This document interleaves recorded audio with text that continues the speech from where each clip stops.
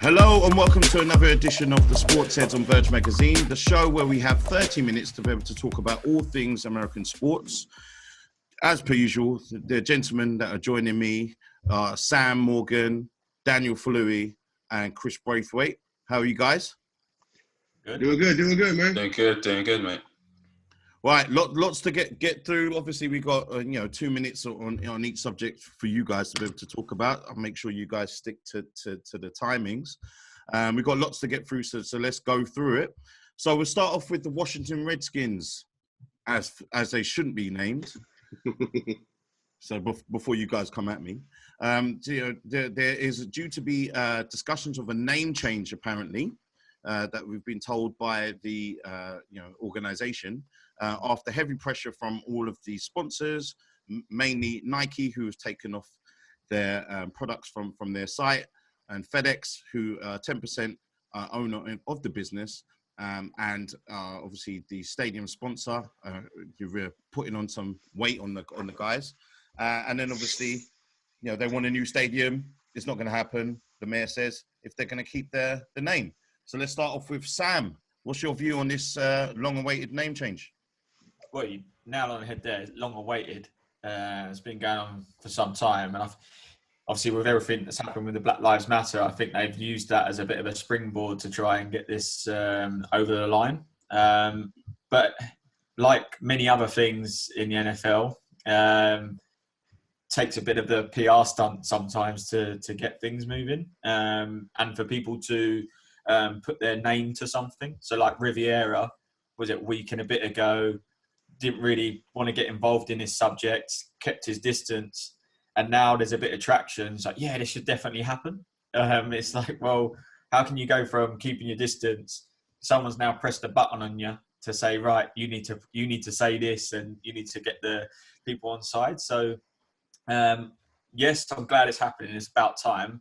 Obviously, Trump's put his 2 pence in, and everyone's coming up with a few memes. But yeah, it's only right. And obviously, I think a few of the players have sort of stepped up as well, which is great to see. To sort of say, look, we don't really want to play for a team that has that in the background. And I think there's been some harsh history lessons coming out to a few people as well about why this name was put in there and why this name shouldn't now be in place.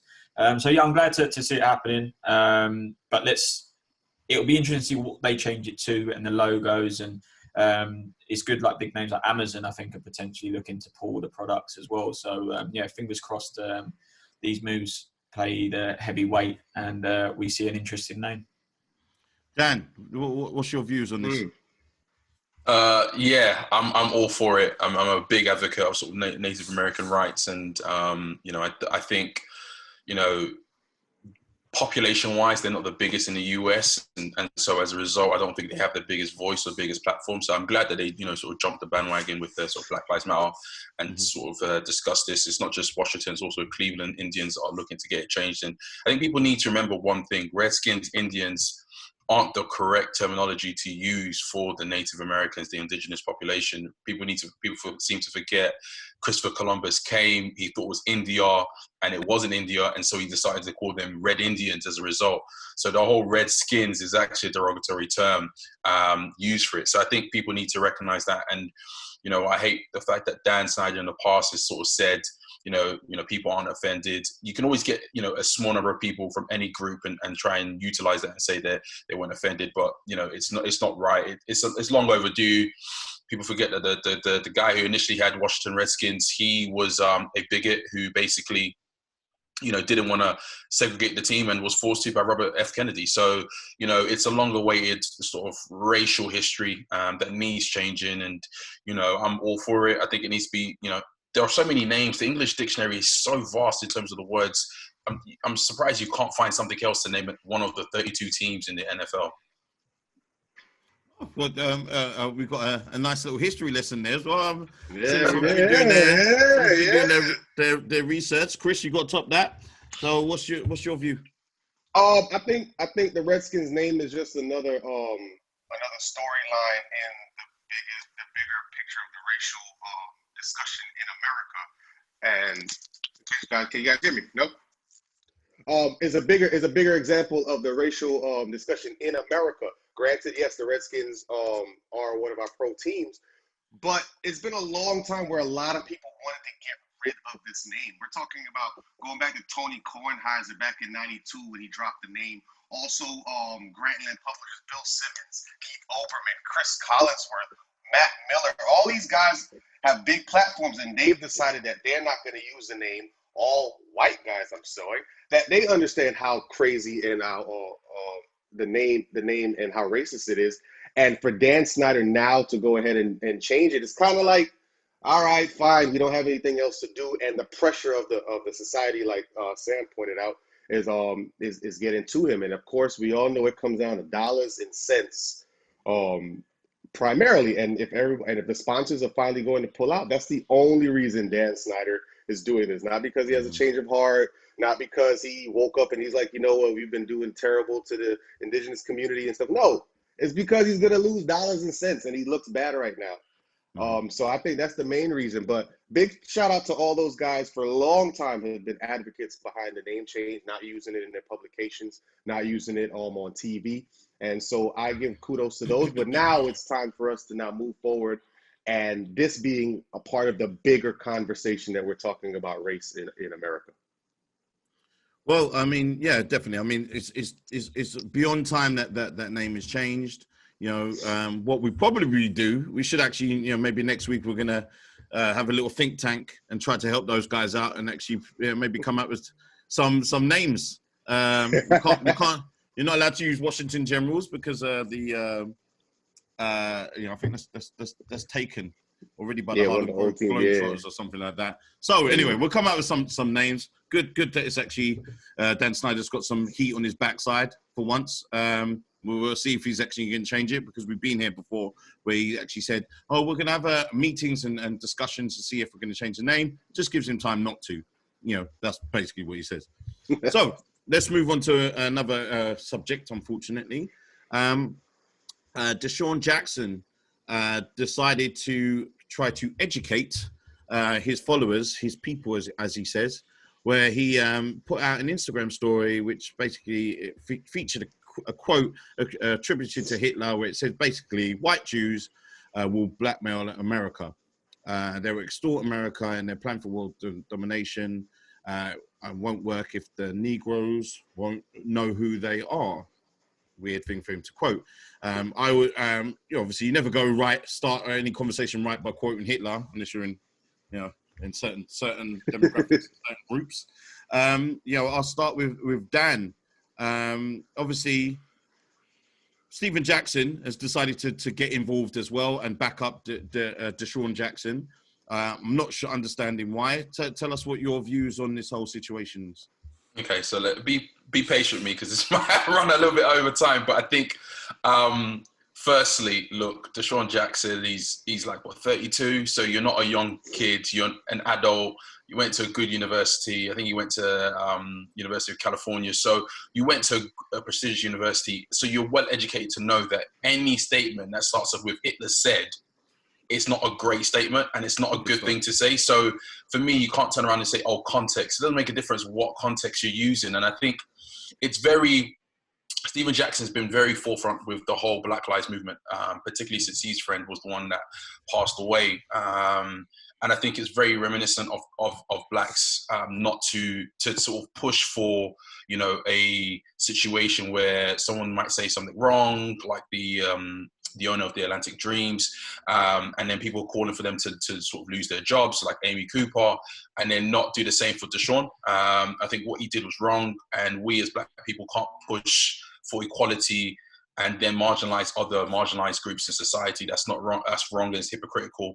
And also, Desean Jackson and other people, they need to realize these social media isn't a platform for people to say what they want. Social media, and I keep saying this and I've stressed this enough, and I've said it before, it's an advertising platform.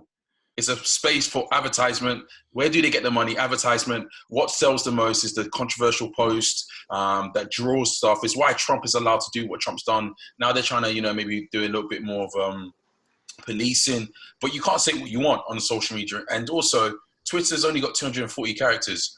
Something that talks about race, especially if you want to put about the context, you can't do it in 240 characters. So I think, people need to be aware of that, be cognizant of the fact that if you're going to do something, sit down and talk to people. And Steven Jackson, I'm sorry, but it comes off very ignorant for you to be like, the truth. He's trying to speak the truth and they don't want to hear the truth. What truth? You're trying to, what truth are you talking about? Hitler and his policies led to the death of 6 million Jewish people. So if you're talking about Hitler saying something about Jewish people, it's not going to be in a good light. And it's offensive to people whose grandparents or parents, survived the Holocaust. So yeah, I mean, it's more to say, but, sort of time's up, really. I like that. That's a whole history lesson in 2 minutes. He's on form. Sam, you got to come with the five. Yeah, I'm not going to come with a history lesson. I'll touch on the fact that what you said about the advertising platforms of social media, and I think that any sports person needs to hold themselves accountable for the responsibilities that they have to the wider audience, which goes from the younger generation looking at this. So you don't want to start breeding more people that suddenly sympathise with Hitler. So take that responsibility. You're earning millions of dollars a year as well. Again, you're an employee of someone as well. So when you've got to conduct yourselves in what they want you to do, you unfortunately you are a pawn in this game at this moment in time. Maybe once you've earned your money, you're retired. I'm not saying he shouldn't or should say it, but then use your own platform at that time to do that, and then you're not in that limelight. I think there's a bigger picture here, is to say that you've got to take that responsibility. But yes, starting any conversation with Hitler, you better follow that up with something negative about Hitler, not positive. 100%, you cannot follow it up with that right now, especially with everything that's going on. There's so much going on right now. You do not need that. People need to sort of band together, have only the positive news that we need to get our motive across. So yeah, absolute madness. But yeah, hopefully, what's this, question time? No, I want to add one thing as well, what you're saying in terms of people need to remember that are listening to this. The owner of the Philadelphia Eagles and the general manager are both Jewish. Just putting out there. Of course. But again, there's so much going on. We need to really push on with this. And as I say, the fact that he is part of that organisation, and it's not just the Jewish people, it's everyone in this world. Hitler brought a world war on and brought everyone together. So right now should have not done that. And hopefully the punishment obviously matches the crime. So, Chris, what is your views on this? Do you think that it should be suspended? And then obviously, what's your overall view about Desean Jackson also getting involved? In terms of Desean Jackson and what he said and what he reposted or retweeted or posted, obviously anything like, I just want to share the same sentiments of the other guys on the board. Anything that you quoting Adolf Hitler in any form or fashion, obviously we know where his mind state was. So obviously, Desean Jackson did not, or probably did not say what he really wanted to say. Obviously, I've heard conversations of him trying to clear it up. Whether it was Shannon Sharp, just saying what he wanted to say was that if Black people come together, it's big. It's a big force. But that's not what he was saying. So the context was taken. I think Desean has learned from that. And moving forward, obviously we are going to hold him accountable, rightfully so. But when it comes to the punishment now, we have to go back and see how the Eagles now dealt with the Riley Cooper situation, because we're talking about something along the same lines. And with Riley Cooper, they kind of put out a kind of we're sorry kind of statement, and also went ahead and gave him a extension with that. And so with Desean Jackson, I feel, because you've set a precedence with Riley Cooper, you kind of have to have the same precedence with Desean Jackson. You can't make an example out of Desean Jackson. And Riley Cooper, a couple of years ago, under your same management, did some inflaming things also. I understand the movement today. We're all super sensitive and we're hypersensitive, and we're in a cancel culture. But I do believe he should receive the same type of discipline that Riley Cooper got. If Riley Cooper can go and say racial epithets and not get in trouble, kind of, sort of, I feel that the Eagles have set their precedence when it comes to this particular kind of rhetoric. So now this is on their shoulders due to what they've done in the past and now. Steven Jackson, I think he's just right now just on the movement. So anything he's going to do is going to be pro-black. It could be dangerous, but I think for Steven Jackson right now, he's defending anybody that comes to the hill and doing history. Could be ignorant. I'm not going to lie. I'm not really privy on what Steven Jackson said, been very busy, but I do know the context. So I'm just going to say from the culture, I feel he's just defending the culture. Could be wrong, but I feel that's what he feels that he has to do in this time Desean has his back against the wall. I think you know, with both posts, obviously with Desean Jackson posting and obviously automatically knowing that he's wrong for posting what he's posted. I think that was one thing, idiotic as it is misinformed, and you know, there's no education. And how can you educate someone when you actually don't even, when you're quoting things that actually didn't even exist? Two, I think that Steven Jackson's not actually helping the cause of something that he's been fighting for his friend, by you actually coming out of racist statements or ignorant statements yourself.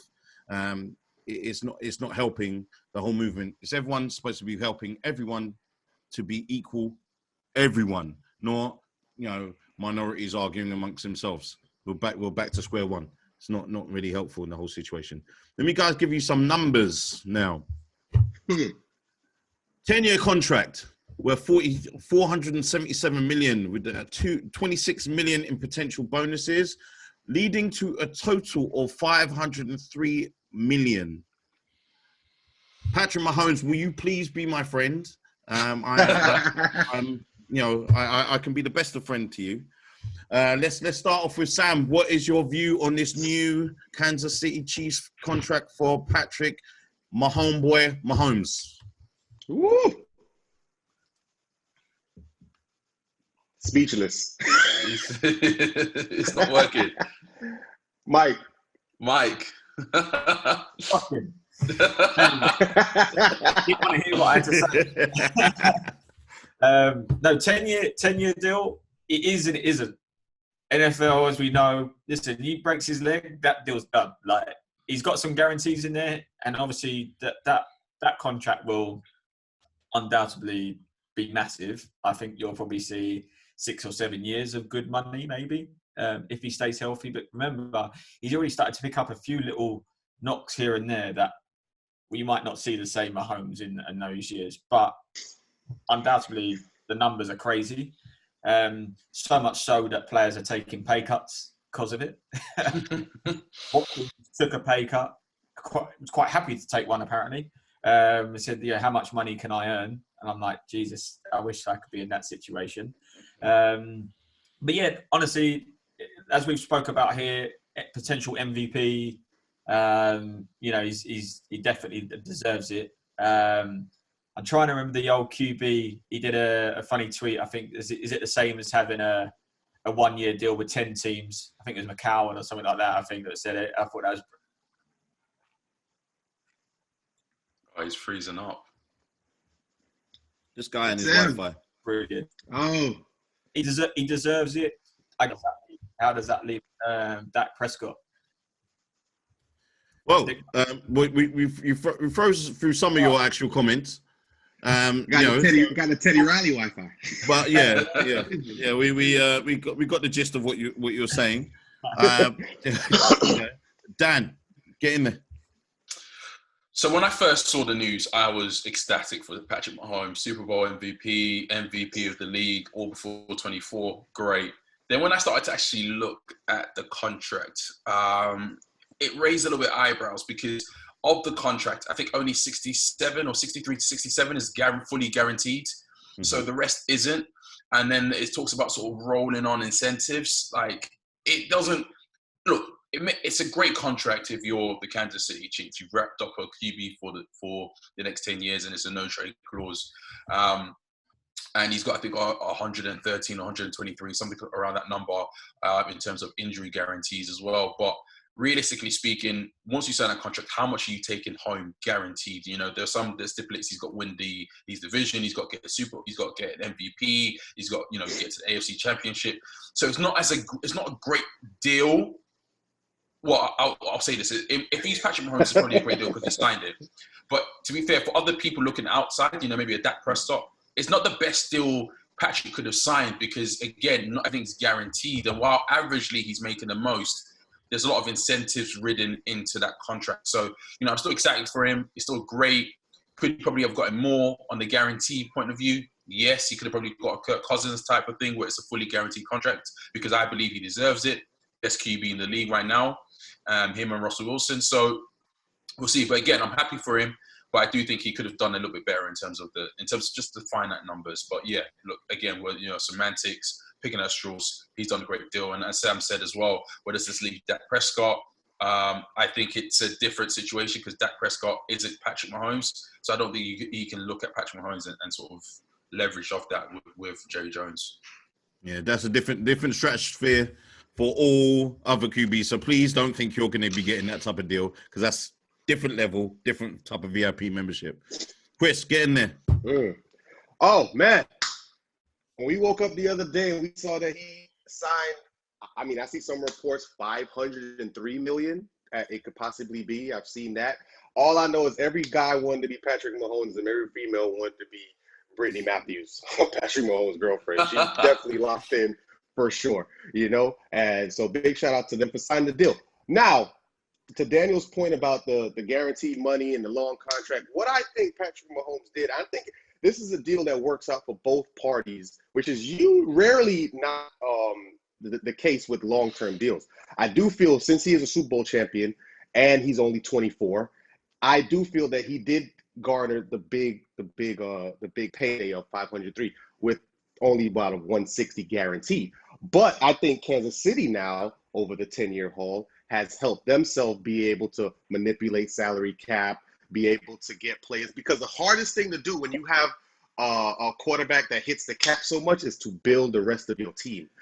We've seen that happen with a whole bunch of other teams that have given their quarterbacks millions of dollars, $20 million, $25 million, and the rest of the team just cannot survive. Tom Brady is a great example of how, when you don't give a quarterback that much money, how your team can stretch out for a long period of time in this game of football. But I think in this deal, Kansas City, Andy Reid, big shout out to them. I think they've given themselves a lot of flexibility so that their team doesn't tank and they have a quarterback that's making a whole lot of money and taking all the scrutiny. And then for Patrick Mahomes, it's actually good for him because he's only 24. What if he balls out for the next 4 years? Don't you think he's going to want to renegotiate this $503 million contract for even more money and more guaranteed money now that he's gotten into his second contract and so on? So it all plays on how Patrick Mahomes plays, but I do think Kansas City, on what they know about NFL players, have set themselves up that they don't take a lot of the hit also. I've learned a lot about wealth lately, and then obviously that though when I saw those digits, they definitely woke me up. But I also thought to myself, well, you know what? He's rich, but the guy signing the check is even richer. So this is that's wealth, my friends. That's wealth. Right. So let's go to your guys' stories of the week. Obviously what stuck out to you during this the boring time that we've all been at home still. Sam, what stuck out to you? You know what? I've been racking my brains as to what to actually go for, and I'm going to fall back on UFC again because I like to obviously give it a bit of a mention. But George Masvidal, 6 days' notice going into obviously the main card on the main fight this Saturday. This guy, he has the BMF belt, as we like to say. I'm going to keep it PC. You can work that out, what it stands for. There's a reason he has that. This guy he's unstoppable. And actually, I want to see, hopefully he comes away with a title potentially this weekend. And if he can, obviously for us guys in Europe, trying to watch that at 3 a.m. is not the easiest. Chris, you might be all right. But try and watch that if you can. Fight Island, that fight this week will be pretty good. And I think you'll be a testament to see how this guy is to prepare for a fight in 6 days. I can just about prepare for a 10-minute run in 6 days. So let alone I'll be looking forward to that one. Dan, what's your story that sticks out to you? I think the story that sticks out probably, shout out to sort of the WNBA, the Women's Basketball League, the owner of the Atlantic Dream, Kelly, however you say her last name, Lofa, whatever her name is, mentioning that, sort of criticizing the Black Lives Movement matter. And, in terms of, sticking sports out of politics out of sports. Now, I think it's kind of rich because, you've got the president of the United States talking about politics in sports. So, and there's so much politics into sports. I think, considering that she's in Atlanta, the location where she's in, and the fact that she's, in the WNBA, which is, again, a league that's predominantly blacks, to say that a Black Lives Movement matter is not great. It's not ideal considering that you own a team or you're co-owner of the team.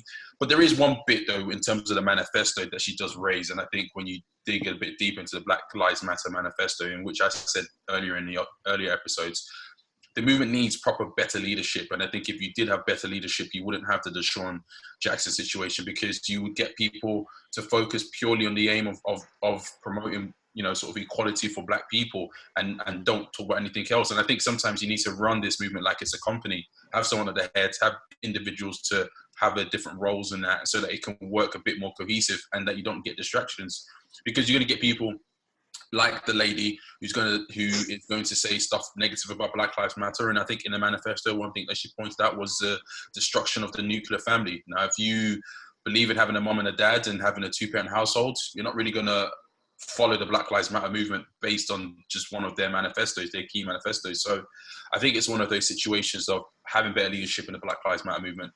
Be precise in what you want, sum it down to sort of 3 points, and just work it like a company, have people work their roles and just stick to that, and don't deviate, don't talk about other people's cases, don't do what Colin did and talk about Cuba, or just focus on that case and just work on that. And once you get that, then you can talk about other things as well. So I think that's my sort of takeaway for the week. Good call. Chris, what's your story of the week that stuck out to you? Wow, to echo Dan's point about the WNBA. Wow, we're talking about the WNBA a lot. but another side, I know he was talking about the lady, but I'm talking about a leader in the WNBA who's actually taking off some 2 seasons of hers. I'm talking about superstar Maya Moore for the Minnesota Lynx, who actually took off time from playing in the WNBA, I believe 2 seasons, to go ahead and fight the case of Jonathan Ayers, a man who she believed was wrongfully convicted, and to be there for his case and for her to show up for his case, and he was exonerated a couple days ago, and she was there, and the pictures were up, and you could see the joy and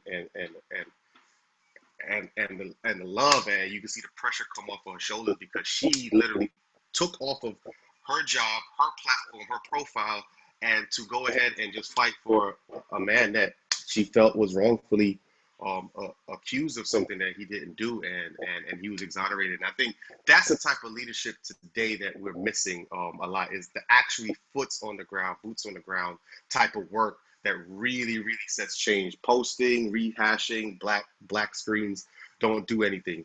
This is what does something. You have a platform, you have a name, I'm going to use it. And big shout out to the black women out there that are doing this type of work that probably don't get seen. But shout out for Maya Moore for being a leader, maybe type of leader that Dan's talking about in this particular kind of movement, to go ahead, put the foot down, put in the work, and really come out with results. So big shout out to Maya Moore. That's my point.